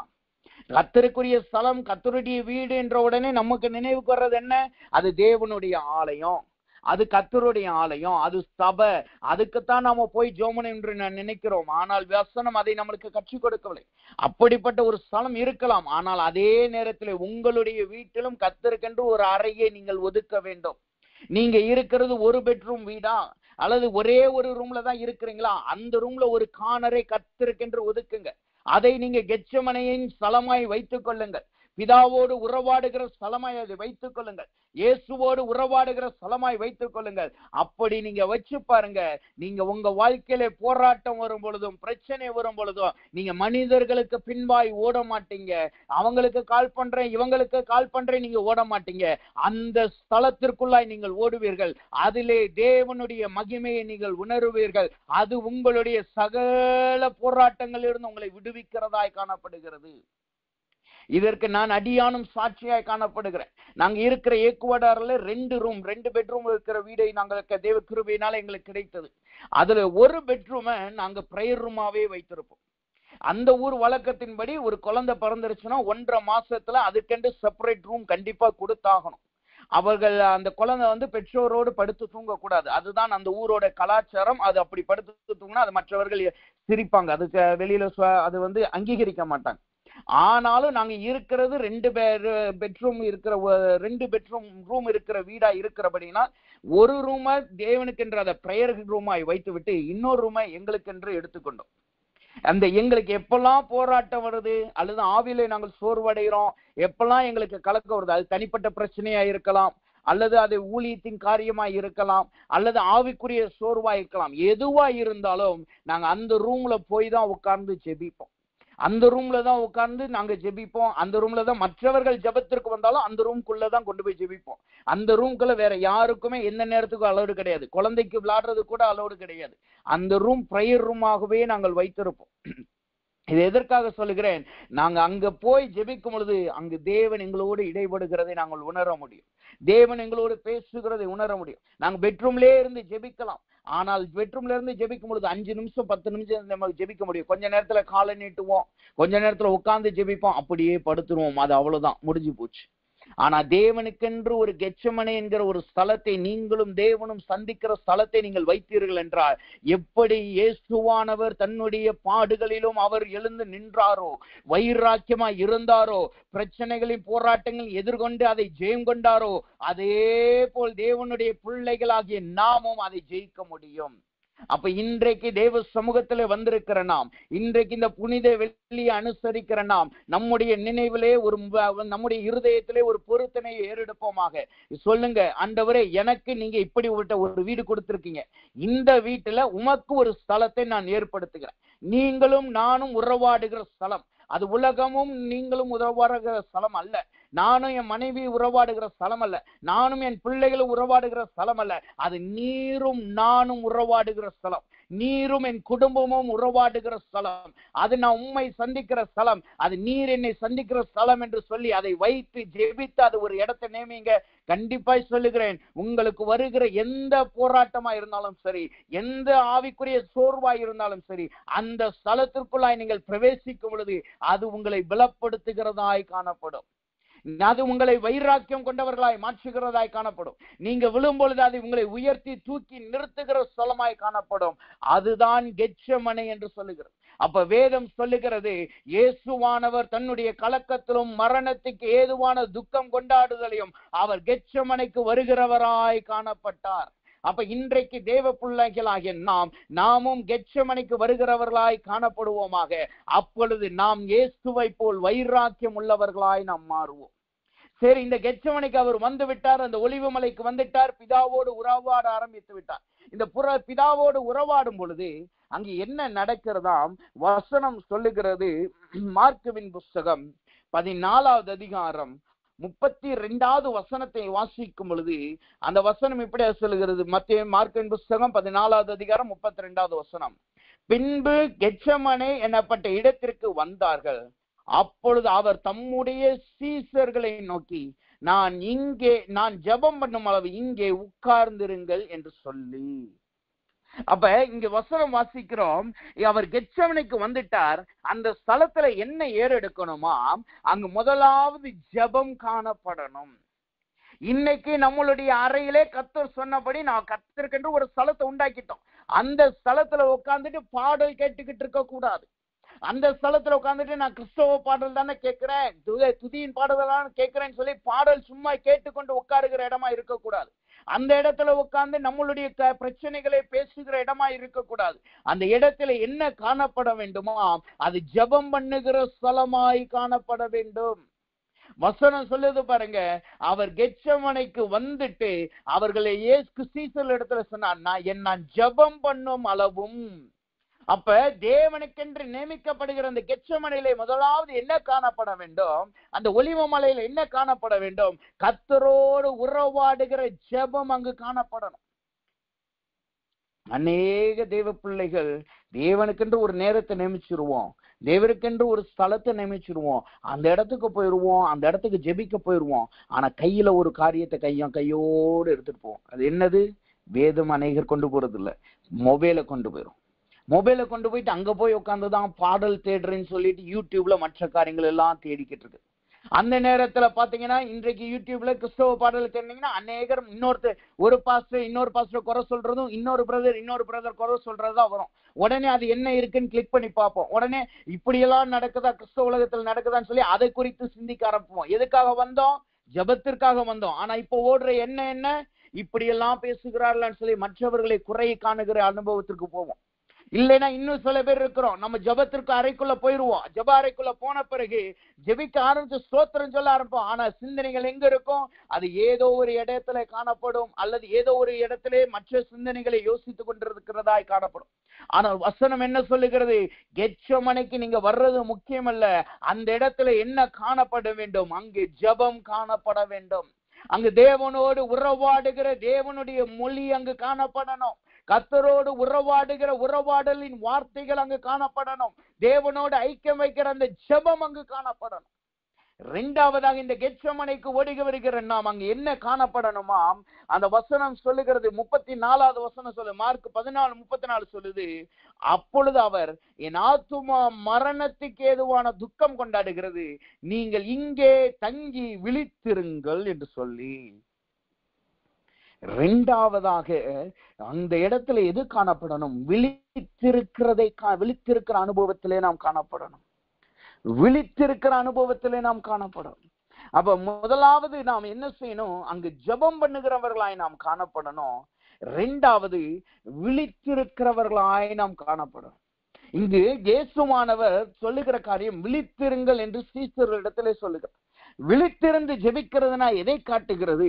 வசனம் சொல்லுகிறது, லூக்காவின் புஸ்தகம் 22வது அதிகாரம் 40வது வசனம். இங்கு நம்ம பார்த்தது மத்தேயின் புஸ்தகத்திலே பார்த்தோம், இயேசு சொல்லுகிற மார்க்கு புஸ்தகத்திலே பார்க்கிறோம், இயேசு சொல்லுகிறார் விழித்திருங்கள் என்று சொல்கிறார். ஆனா அதே இது அதனுடைய விளக்கத்தை நாம் லூக்காவின் புஸ்தகம் 22வது அதிகாரம் 40வது வசனத்திலே வாசிக்கும் பொழுது அது எதை காட்டுகிறது? விழித்திருக்கிற அனுபவம் என்பது எதை காட்டுகிறதாம்? அது சோதனைக்கு உட்படாதபடி ஜெபம் பண்ணுங்கள் என்கிறதை காண்பிக்கிறது. சோதனைக்கு உட்படாதபடி ஜெபம் பண்ணுங்க. முதலாவது நாம் ஜெபத்தை ஏறெடுக்கணும். இரண்டாவது சோதனைக்கு உட்படாதபடி ஜெபிக்கணும். அது என்னையா ஜெபமும் என்பது என்ன, சோதனைக்கு உட்படாதபடி ஜெபிக்கிறதுனா என்ன? இதற்கு ரெண்டு என்ன வித்தியாசம்? யோசித்து பாருங்கள். நீங்க ஜெபத்துக்கு போறீங்க, ஜெபத்துக்கு போன உடனே ஒரு வைராக்கியத்தோடு ஒரு யோசனையோடு வந்துட்டீங்க. உட்கார்ந்து உங்களுக்கு தெரிந்த வேத வசனத்தையோ அல்லது ஒரு பாடலையோ பாடி நீங்க ஜெபிக்க ஆரம்பிக்கிறீங்க. ஸ்தோத்திரம் சொல்லி 1 நிமிஷம் ஜெபிப்பீங்க, 2 நிமிஷம் தொடர்ந்து ஸ்தோத்திரம் சொல்றீங்க. ஸ்தோத்திரம் சொல்லிக்கிட்டு இருக்கும் போதே என்ன வரும்? அங்கதான் ஒரு சோதனை வர ஆரம்பிக்கும், ஒரு போராட்டம் வர ஆரம்பிக்கும். என்ன போராட்டம்? யார் நம்மளை திட்டுனாங்க, யார் நம்மளை ஏசுனாங்க, யாரோட நம்ம போராடணும், அல்லது இன்னைக்கு என்ன பிரச்சனை வந்துச்சு, அல்லது இந்த பிரச்சனை எப்படி சால்வ் பண்றேன்னு சொல்லி அங்கதான் புது புது யோசனைகள் வர ஆரம்பிக்கும். அங்குதான் சாத்தானானவன் தன்னுடைய கலைகளை விதைக்க ஆரம்பிப்பான். அது ஒரு கலையாய் காணப்படும். நாம வந்தது நற்பெயராய் நெல்பெயராய் காணப்படுவதற்கு. ஆனா அங்கு என்ன விதைக்கப்படுகிறது? கலைகள் விதைக்கப்பட ஆரம்பிக்கும். குடும்பத்துடைய பிரச்சனைகள் என்னத்துக்கு வரும்? நம்மளுடைய கடன் பிரச்சனைகள் என்னத்துக்கு வரும்? நம்மளுடைய மற்ற பிரச்சனைகள் என்னத்துக்கு வரும்? அல்லது மற்ற நினைவுகள் என்னத்துக்கு வரும்? இதை சொல்லும் போது உங்களுக்கு யோசனிக்கலாம், நான் ஜெபிக்க வந்ததே என்னுடைய விண்ணப்பங்களை தேவன் சமூகத்துல ஒப்பு கொடுக்கலாம். அது உண்மைதான். நம் தேவனுடைய ஜெபத்திற்கு வந்தது நம்முடைய விண்ணப்பங்களை தேவனிடத்தில் ஒப்பு கொடுக்கலாம். ஆனா அதற்கு முன்பாய் வசனம் சொல்லுது, நன்றி செலுத்தி அவர் நம்முடைய விண்ணப்பங்களை அவருக்கு செலுத்துவோம் தான் சொல்லுது. அப்ப முதலாவது நம்ம செய்ய வேண்டியது தேவனுக்கு நன்றி செலுத்த வேண்டும்.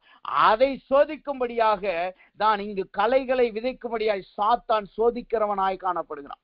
அதனாலதான் இயேசு சொன்னார், நீங்கள் சோதனைக்கு உட்படாதபடி விழித்திருந்து ஜெபியுங்கள். நீங்க வந்த நோக்கம் என்ன? அந்த ஸ்தலத்திற்கு வந்த நோக்கம் என்ன? கெத்செமனேக்கு வந்த நோக்கம் என்ன? எதற்காக தேவனோடு உறவாட வந்தீங்க? அதை நீங்கள் வைத்து ஜெபிக்க ஆரம்பியுங்கள் என்று கர்த்தர் சொல்கிறார். கர்த்தரோடு உறவாடுகிறதிலிருந்து விலகாதீர்கள். அதை விட்டுட்டு மற்ற எண்ணங்களுக்கு ஓடுகிறதோ, மற்ற சிந்தனைகளை சிந்திக்கிறதோ எண்ணங்களிலே நாம் காணப்படக்கூடாது. இதற்கு ஒரு நல்ல உதாரணம், நான் கேள்விப்பட்ட உதாரணத்தை நான் சொல்ல விருப்பப்படுகிறேன். ஒரு நாள் சாது சுந்தர் சிங்கும் ஐயாவும் அவரோடு உடன் ஊழியக்காரரும், அதாவது அவரோடு பிரயாணப்படுகிற 2 பேரும் பிரயாணப்பட்டு இருக்கிறார்.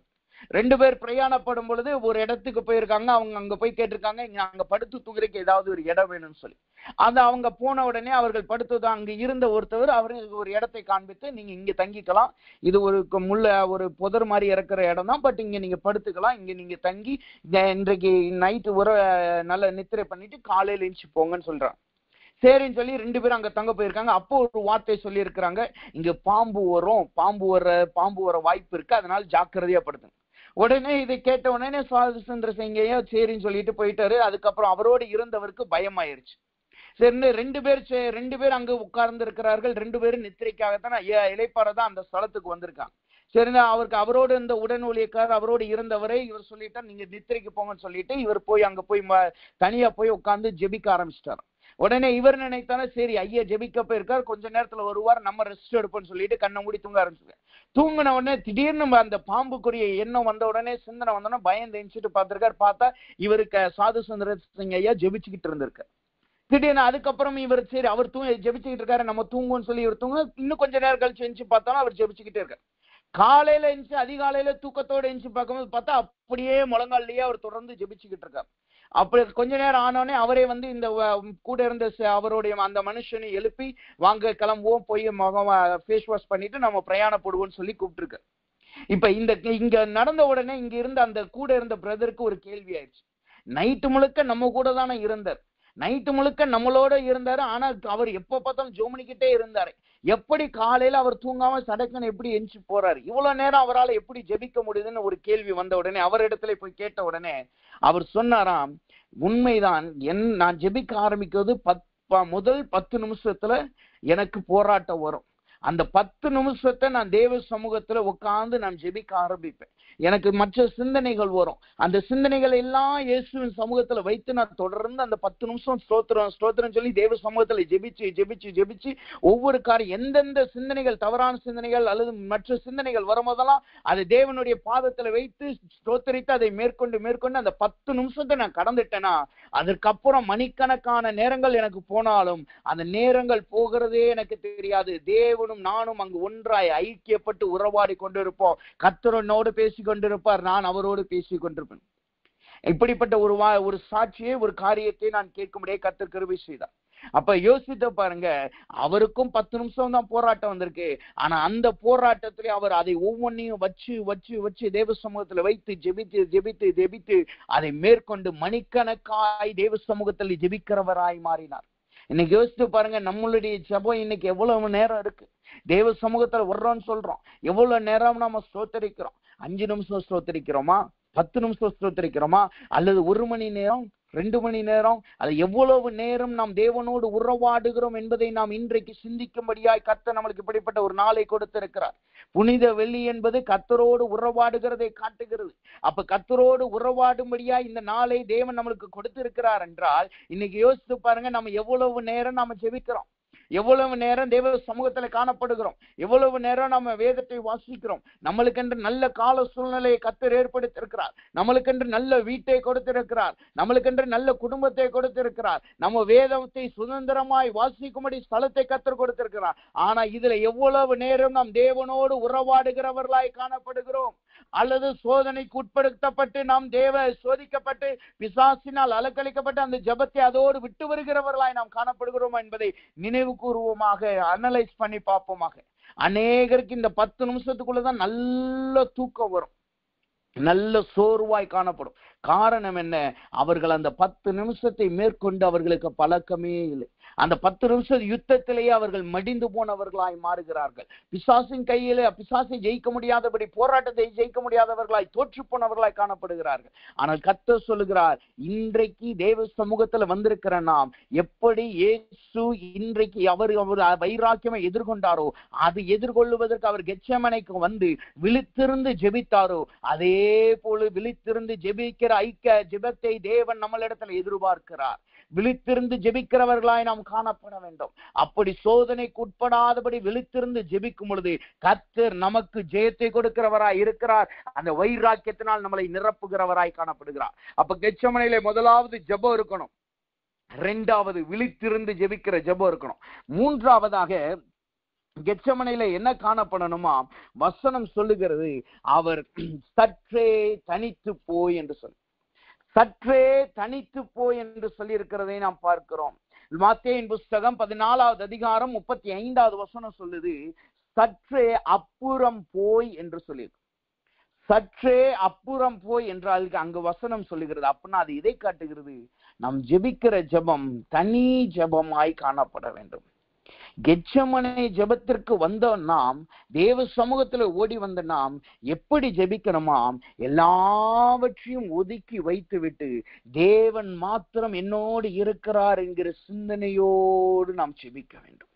முதலாவது நாம் ஜெபிக்க ஆரம்பிக்கணும். இரண்டாவது, நமக்கு சிந்தனையிலே வருகிற போராட்டங்களை தேவனுடைய பாதத்துல வைத்து வைத்து வைத்து அதை ஜெபித்து அந்த 10 நிமிஷத்தை கடந்து யுத்தத்துல ஜெயம் பெற்று சோதனைகளை விட்டு விலகி நாம் ஜெபிக்கிறவளாய் காணப்படணும். மூணாவது, தேவனோடு உறவாடுகிற நாம் சற்றே தனித்து போய் நாம் காணப்படணும்.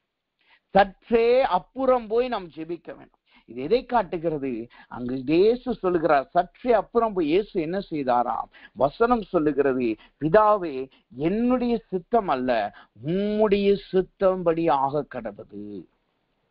அந்த இடத்துல அந்த சற்றே அப்புறம் போய் பார்த்தோம்னா அங்கு 2 காரியத்தை கிறிஸ்து செய்கிறதை நாம் பார்க்க முடியும். 2 காரியத்தை அவர் சற்றே அப்புறம் போய் செய்கிறார். என்னென்ன காரியம்? மத்தேயுவின் புஸ்தகம் மத்தேயுவின் புஸ்தகத்தில் நான் வாசிக்கும் பொழுது அந்த வசனம் எப்படியா சொல்லுகிறது? அவர் சற்றே அப்புறம் போய் தரையிலே விழுந்து என்று சொல்லுகிறதை நான் பார்க்கும். தரையிலே விழுந்து, முதலாவது அவர் சற்றே அப்புறம் போன உடனே எப்படி ஜெபிக்கிறார்? தன் முகம் குப்புற விழுந்து அவர் ஜெபிக்கிறதை பார்க்கிறோம். அது எதை காட்டுகிறது? தன்னை தாழ்த்தி அவர் ஜெபம் செய்கிறதை காட்டுகிறது. தன்னை தாழ்த்தி அவன் ஜெபம் செய்கிறதை காட்டுகிறது. 2வதாக, சற்றே அப்புறம் போய் ஜெபிக்கும் பொழுது அவர் என்ன செய்தாராம்? பிதாவே, என்னுடைய சித்தம் அல்ல, உம்முடைய சித்தம் மாத்திரம் என்னில் நிறைவேறட்டும் என்று அவர் ஜெபிக்கிறதை நாம் பார்க்கிறோம். அப்ப 2வதாக சற்றே அப்புறம் போய் ஜெபிக்கிற ஜெபம் என்பது எப்படி ஜெபிக்கணுமா? அது நம் தேவனுடைய சித்தத்திற்கு ஒப்பு கொடுத்து ஜெபிக்கிறவர்களாய் நாம் காணப்படணும். இங்கு இயேசு சொல்லுகிறார், பிதாவே, என்னுடைய சித்தம் அல்ல, உம்முடைய சித்தம். மத்தேயுவின் புஸ்தகம் 26வது அதிகாரம் 39வது வசனம் சொல்லு பாருங்க, சற்று அப்புறம் போய் முகம் குப்புற விழுந்து, என் பிதாவே, இந்த பாத்திரம் என்னை விட்டு நீங்க கூடுமானால் நீங்கும்படியும், ஆகிலும் என் சித்தத்தின்படி அல்ல, உம்முடைய சித்தத்தின்படி ஆக கடவது என்று ஜெபம் பண்ணி. அவர் சற்று அப்புறம் போய் ஜெபித்த ஜெபத்தை பாருங்க. முகம் குப்புற விழுகிறார் முதலாவது. 2வது, அவர் தன்னுடைய சித்தம் அல்ல, பிதாவின் சித்தத்தை செய்யும்படி ஒப்பு கொடுக்கிறார். யோசித்து பாருங்க. அவர் சொல்லுகிறார், பிதா எனக்கு எல்லாவற்றையும் காண்பித்தபடினால் நான் உங்களுக்கு சொல்றேன். அவருக்கு தெரியும் பிதா எவ்வளவு சர்வ வல்லமையுள்ள தேவன். அவருக்கு தெரியும் எவ்வளவு தூதர்கள் அவரிடத்துல இருக்கிறார். அவருக்கு தெரியும் அவர் எவ்வளவு வல்லமை நிறைந்தவர். அவருடைய வார்த்தை, ஒரு வார்த்தையினால் என்ன நடக்கும் என்பதை அவர் நன்றாய் அறிந்தவராய் இருக்கிறார். அப்படி அறிந்தவராய் இருந்தாலும் தன்னை தாழ்த்துகிறவராய் அவர் காணப்படுகிறார். 2வது, தன்னுடைய பிதாவின் சித்தத்திற்கு அவர் ஒப்பு கொடுத்தவராய் காணப்படுகிறார். இதுதாங்க அவரை வைராக்கியமாய் அவரை நிறுத்தினது. அவருடைய வாழ்க்கையில கலக்கம் வந்தது உண்மைதான். அவருடைய வாழ்க்கையில வியாகுலம் வந்தது உண்மைதான். ஆத்துமா மரணத்துக்கு ஏதுவான துக்கம் வந்தது எல்லாம் உண்மைதான். ஆனால் எது அவரை வைராக்கியமாய் எழுப்பி நிறுத்தினது? அது சற்றே அப்புறம் போய் முகம் குப்புற விழுந்தார் அல்லவா? அது பிதாவின் சித்தத்திற்கு ஒப்பு கொடுத்தார் அல்லவா? அதுதான் அவரை பலப்படுத்தினதாய் காணப்படுகிறது. அதனாலதான் அவர் வைராக்கியமாய் நிற்க முடிகிறது. இன்றைக்கு நமக்கு வருகிற போராட்டத்திலே, நமக்கு வருகிற பிரச்சனையிலே, நமக்கு வருகிற கஷ்டங்களிலே நாம் எப்படி காணப்பட வேண்டும்? கர்த்தருடைய பாதத்திலே விழுகிறவர்களாய் காணப்படணும். பிதாவின் சித்தத்திற்கு ஒப்பு கொடுக்கிறவர்களாய் காணப்படணும். இந்த 2 காரியம் நம்முடைய வாழ்க்கையிலே பிதாவின் சித்தத்தின்படி நாம் ஒப்பு கொடுத்து செய்தோம் என்றால் தேவன் நம்மளை பலப்படுத்துகிறவராய் காணப்படுகிறார். பிதாவின் சித்தத்தின்படி செய்வதுதான், அதற்காகத்தான் நாம் அழைக்கப்பட்டு இருக்கிறோம். வரங்களை செயல்படுத்தவோ மற்ற பிசாசுகளை துரத்தவோ நம்மளுக்கு அது கிருபையினால் கொடுக்கப்பட்டிருக்கு. ஆனால் இவைகளை எல்லாவற்றிலும் மேலாய் நாம் செய்ய வேண்டியது என்ன தெரியுமா? அது பிதாவின் சித்தத்தை செய்யும்படியாகத்தான். இந்த புனித வெள்ளி என்பது எதை நம்மளுக்கு நினைப்பூட்டுகிறது? அது பிதாவின் சித்தத்தை கிறிஸ்து நிறைவேற்றினது போல நாமும் பிதாவின் சித்தத்திற்கு ஒப்பு கொடுக்க வேண்டும் என்பதை நம்மளுக்கு கற்றுக் கொடுக்கிறது. நமக்கு போராட்டம் வரும் பொழுது, பிரச்சனை வரும் பொழுது, பாடுகள் வரும் பொழுது நம்முடைய சுய ஞானத்திலே நாம் ஓடக்கூடாது. நம்முடைய பலத்திலே நாம் ஓடுகிறவர்களா இருக்கக்கூடாது. எனக்கு ஆள்கள் தெரியும், என்ன நடத்துறதுக்கு ஆட்கள் தெரியும், நான் ஒரு போன் கால் பண்ணா போதும் இத்தனை பேர் வருவார்கள் என்கிற வார்த்தை நம்முடைய வாயில வரக்கூடாது. பிதா என் வாழ்க்கையில என்ன சித்த வைத்திருக்கிறாரோ அதை நான் நிறைவேற்றும்படியா நான் அழைக்கப்பட்டிருக்கிறேன், அதற்கு நான் ஒப்பு கொடுக்கிறேன் என்கிற சிந்தனையிலே நாம் காணப்படணும். இயேசு என்ன செய்யறார் பாருங்க, ஆண்டவரே இந்த பாத்திரம், அவர் சொல்றா பாருங்க, இந்த பாத்திரம் என்னை விட்டு நீங்க கூடுமானால் நீங்குபடி செய்யும். அவருக்கு விருப்பம் இருக்கு, அவர் பாடுகள் வழிய போக கூடாது என்கிற விருப்பம் இருக்கு. அவருக்கு ஆசை இருந்தது, நான் இப்படி போலேன்னா நல்லா இருப்பேனே என்கிற ஆசை இருக்கு. நான் இவ்வளவு கஷ்டப்படணுமா என்கிற அவருக்கு வருத்தம் இருக்கு. எல்லாம் அந்த மாம்சீக ரீதியாய் அங்கு வந்தாலும் அவர் அங்கு செய்கிறதை பாருங்க, பிதாவே உம்முடைய சித்தம். இதை எதோட கம்பேர் பண்ணலாம் தெரியுமா? இஸ்ரவேல் ஜனங்களோட கம்பேர் பண்ணலாம். இஸ்ரவேல் ஜனங்கள் இடத்துல இப்படிப்பட்ட பாடுகள் வரும்பொழுது என்ன செஞ்சாங்க தெரியுமா? அவர்கள் சொன்னார்கள், எங்களை கொல்லவா நீர் வனாந்தரத்திற்கு கொண்டு வந்தீர், பாலும் தேனும் தேசத்திற்கு என்னை கூட்டு போவேன்னு சொன்னீரே, இங்கு என்னை சாகத்திலே சாகடிக்கும்படியாய் கொண்டு வந்தேன். நான் என்னுடைய எகிப்திலே பூண்டுகளையும் இறைச்சிகளையும் சாப்பிட்டு நல்லா இருந்தோமே, இங்கு எங்களுக்கு இறைச்சி இல்லாமல் எங்களை கொல்லவா கொண்டு வந்தீர் என்று சொல்லி எப்பொழுதும் முறுமுறுக்கிறவர்களாய் காணப்பட்டார்கள். ஆனா இங்கு வசனம் சொல்லுகிறது, இயேசுவுக்கும் அது பாதையில போகிறது பிடிக்கல. அங்கு இயேசுவும் அந்த பாத்திரம் நீங்க கூடுமானால் நலமாயிருக்கும், ஆனாலும் என் சித்தம் அல்ல என்று சொல்லுகிறதை நாம் பார்க்கிறோம். ஆனால் அவர் சொல்ற இன்டென்ஷனை பாருங்க, என்னுடைய சித்தம் அல்ல உம்முடைய சித்தத்தின்படியாக கடவுது. இதுதாங்க இயேசு கிறிஸ்து தன்னை முழுமையாய் மனிதனாய் வெளிப்படுத்தினதை காட்டுகிறது. அவர் பூமிக்கு வந்தது முழுமையான மனிதனை காட்டுகல்லை, அவர் தன்னுடைய போராட்டத்திலும் தன்னுடைய சோதனைக்குள்ளாய் அவர் நடந்து போய் அதன் ஊடாய் கடந்து போய் ஜெயிக்கிறவராய் காணப்பட்டார். இன்றைக்கு எத்தனை பேர் நம்மளால் சொல்ல முடியும், நான் போய் கொண்டிருக்கிறது கடினமான பாதை தான், நீங்க தான் என்னை அழைச்சு வந்தீங்க, இதை நீங்க எடுத்தால் எனக்கு நலமா இருக்கும், ஆனாலும் இது என்னுடைய சித்தம் அல்ல உம்முடைய சித்தத்தின்படி ஆக கடவுது என்பது எத்தனை பேரால் நம்மளால் சொல்ல முடியும்? ஒன்றை நாம் நன்றாய் புரிந்து கொள்ள வேண்டும், நம்முடைய நோக்கம், நம்முடைய பார்வை எப்படி இருக்கும் தெரியுமா? அடுத்த நாள் என்ன நடக்க போகுது, அல்லது நாளைக்கு என்ன நடக்க போகுது, அல்லது மிஞ்சி போனா அடுத்த மாசம் என்ன நடக்க போகுது, இதுதான் நம்மளுக்கு தெரியும். ஆனால் சர்வ வல்லமையுள்ள தேவன் நம்மளை அழைத்ததும் என் நோக்கத்தையும் நாம் கடந்து போகிற பாதை எங்கு போய் முடிகிறது என்பதையும் அவர் நன்றாய் அறிந்தவராய் காணப்படுகிறார். நீங்க போய்கொண்டிருக்கிற பாதையை அவர் அறிந்தவராய் காணப்படுகிறார். அவர் உங்களை தனியாய் விடுகிற தேவன் அல்ல. நீங்க போய்கொண்டிருக்கிற பாதை முள்ளாய் இருக்கலாம், அது கல்கள் குத்துகிற பாதையாய் இருக்கலாம், இடுக்கத்தின் வாசல்களாய் இருக்கலாம், ஆனாலும் அதை அறிந்த தேவனாய் அவர் காணப்படுகிறார். ஆனால் அவருக்கு தெரியும், நீங்கள் இதை கடந்து வந்துட்டா போதும், உங்களுக்கென்று ஒரு கானான் அங்கு காணப்படுகிறது, உங்களுக்கென்று ஒரு பாலும் தேனும் ஓடுகிற தேசம் காணப்படுகிறது, உங்களுக்கென்று ஒரு உயர்வை கர்த்தர் வைத்திருக்கிறார். இது தேவனுடைய பிள்ளைகள் என்று சொல்லப்படுகிற எல்லா தேவ மனுஷர்களுடைய வாழ்க்கையிலும் இது நடந்ததை நாம் பார்க்கணும். யோசேப்பினுடைய வாழ்க்கையில நடந்து அவன் இடுக்கத்தின் வழியாகத்தான் விசாலத்திற்குள்ளாய் கடந்து போனான். மோசே இடுக்கத்தின் வழியாகத்தான் விசாலத்திற்குள்ளாய் கடந்து போனான். எரேமியா இடுக்கத்தின் வழியாகத்தான் விசாலத்திற்குள்ளாய் கடந்து போனான். எசேக்கியேல் இடுக்கத்துக்குள்ளாகத்தான் விசாலத்திற்குள்ளாய் கடந்து போனான். ஒவ்வொரு தேவ பிள்ளைகளும் தேவ மனுஷர்களும் இப்படிதான் கடந்து போனார்கள். அந்த போராட்டத்துல அவங்க சுய புத்தியில ஓடவே இல்லை, அவர்கள் தங்களுடைய சுய ஞானத்துல ஓடவே இல்லை, அவர்கள் கர்த்தருடைய சித்தத்தை நிறைவேற்றும்படி காத்து கொண்டிருந்தார்கள். அப்ப இன்றைக்கு தேவனுடைய பிள்ளை என்று சொல்லுகிற நாம், தேவனுடைய புனித வெள்ளி என்று அனுசரிக்கிற நாம், இன்றைக்கு இயேசுவை போல் நாம் காணப்படுகிறோமா? நாம் பிதாவின் சித்தத்தை செய்யும்படி ஒப்பு கொடுக்கிறவர்களா இருக்கிறோமா? பிதாவே என் சித்தம் அல்ல உம்முடைய சித்தமாய் என்னவோ அது நிறைவேறட்டும் என்று ஒப்பு கொடுக்கிறோமா என்பதை நாம் நினைத்து பார்ப்போமாக. இங்க பாருங்க, விழித்திருந்து ஜெபிங்கள் சொல்லும் போது சீசர்களோடு இருந்தார், ஜெபம் செய்ய போகும் பொழுது சீசர்களோடு போனார். ஆனால் பிதாவின் சித்தம் என் வாழ்க்கையில நிறைவேறட்டும் என்று பிதாவோடு நேரடியாய் உறவு கொள்ளும் பொழுது அவர் எப்படி காணப்படுறாங்க? சற்று அப்புறம் போய் காணப்படுகிறார். ஏன் தெரியுமா? ஏற்கனவே அவர் சீசர்களிடத்துல இயேசு சொல்லி இருக்கிறார், நான் இப்பொழுது மரிக்க போகிற 2 நாள்ல என்னை கைது பண்ண போறாங்க, நான் மரிப்பேன் என்று சொல்லி இருக்கிறார். அப்ப சீசர்கள் சொன்னார்கள், நாங்க உம்மோடு மரிக்க ஆயத்தமா இருக்கிறோம், எங்களிடத்துல 2 பட்டயம் இருக்கு என்று சொன்னார்கள்.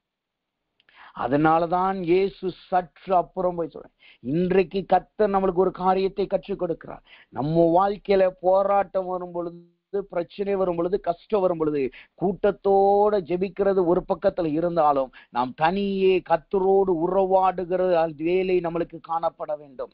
தனியே கர்த்தரோடு உறவாடுகிறவர்களாய் காணப்படணும். தேவனோடு நாம் போராடுகிறவர்களாய் இருக்கணும்.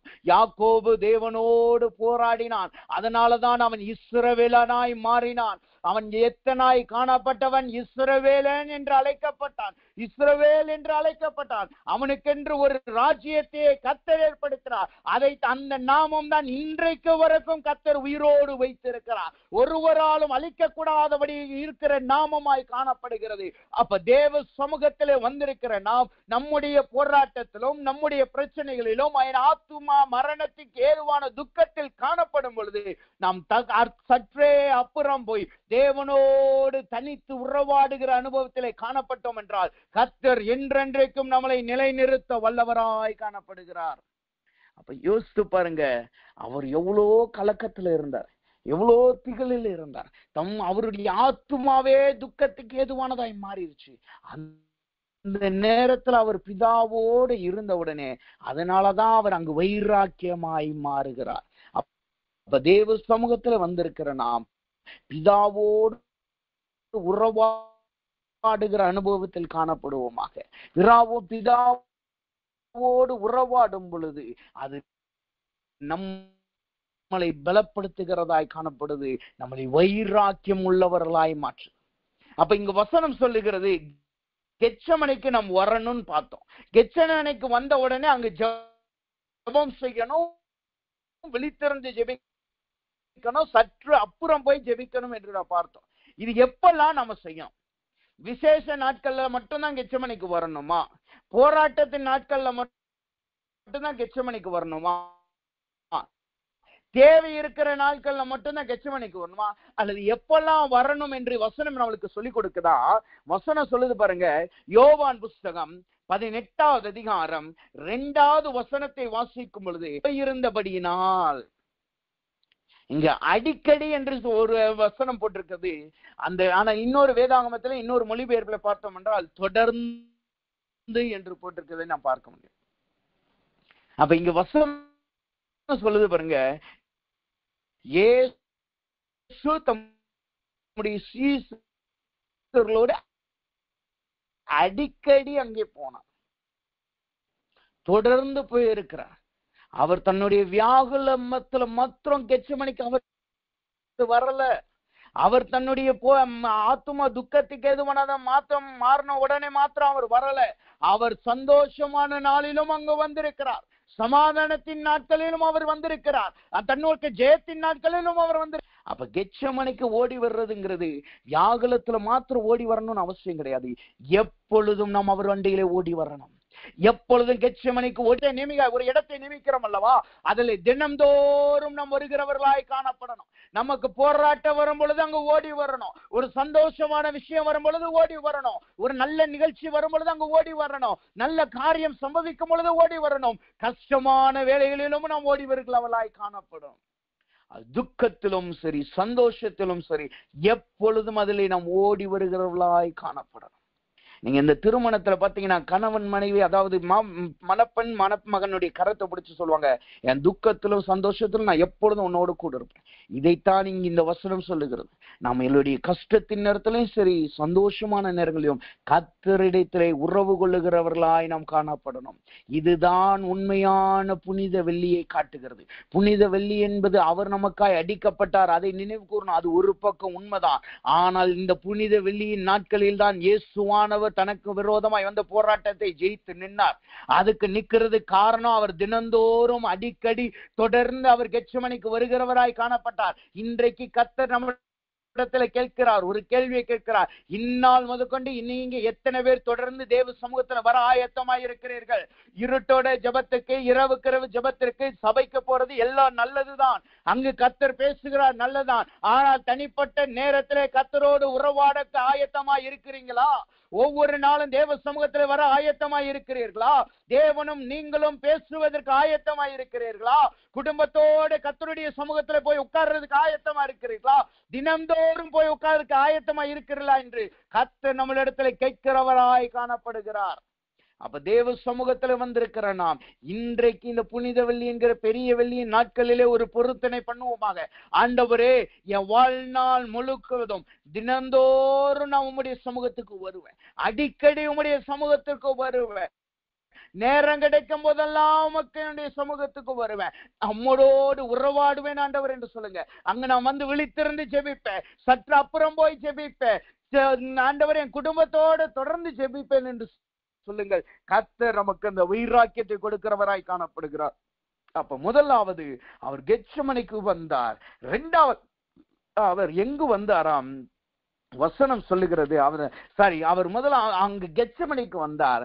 கெத்செமனைக்கு வருகிறது முதலாவது அது ஒலிவ மலையை காட்டுகிறது. அது தேவ பிதாவோடு உறவாடுகிற ஸ்தலத்தை காட்டுகிறது. அதுலதான் நம்ம இந்த காரியங்கள் எல்லாம் பார்த்து வருகிறோம். இரண்டாவதாக இந்த கெத்செமனை என்பது எதை காட்டுகிறது? இரண்டாவதாக நாம் பார்த்தோம் என்றால் அதே மத்தேயுவின் புஸ்தகம் குறிப்பை மாத்திரம் பார்த்து நாம் ஜெபிப்போமாக. மத்தேயுவின் புஸ்தகம் 26வது அதிகாரம்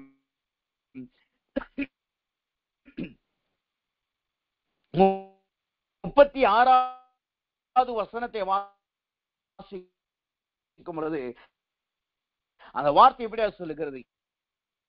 அப்பொழுது இயேசு அவர்களோட கெத்செமனை எனப்பட்ட இடத்திற்கு வந்து சீசர்களை நோக்கி, நான் அங்கே போய் ஜெபம் பண்ணும் அளவும் நீங்கள் இங்கே உட்கார்ந்திருங்கள் என்று சொல்லி, இங்கு கெத்செமனை என்று சொல்லி இருக்கிறது. முதலாவது இந்த கெத்செமனை என்கிறது ஒலிவ மலையை காட்டுகிறது. இரண்டாவது இந்த கெத்செமனை என்பது என்ன அர்த்தமாம்? நீங்க இந்த கெத்செமனைக்குரிய பெயருக்குரிய மூல பாஷையின் அர்த்தம் என்னவென்றால் எண்ணெய் ஆலை என்று சொல்லப்பட்டது. கெத்செமனை அல்லது கெத்செமீன் என்ற இது ரெண்டாக சொல்றாங்க. ஒரு சில பேர் கெத்செமனை சொல்றாங்க, சில இடங்களில் கெத்செமீன் சொல்றாங்க. அப்ப இந்த ரெண்டு கெத்செமனை என்பதற்கான அர்த்தம் என்னவாம்? எண்ணெய் ஆலை. இரண்டாவதாக எண்ணெய் என்பது எதை காட்டுகிறது? அது பரிசுத்த ஆவியானவரை காட்டுகிறது. அப்ப இங்கு வசனம் சொல்லுகிறது, நம்முடைய போராட்டங்களிலும் சரி, பிரச்சனைகளிலும் சரி, நல்ல நேரங்களுக்கு, நம்முடைய கஷ்டங்களிலும் சரி, துக்கங்கள் நேரங்களிலே நாம் எங்கே ஓடி வரணும்? எண்ணெய் ஆலை என்று சொல்லப்படுகிற பரிசுத்த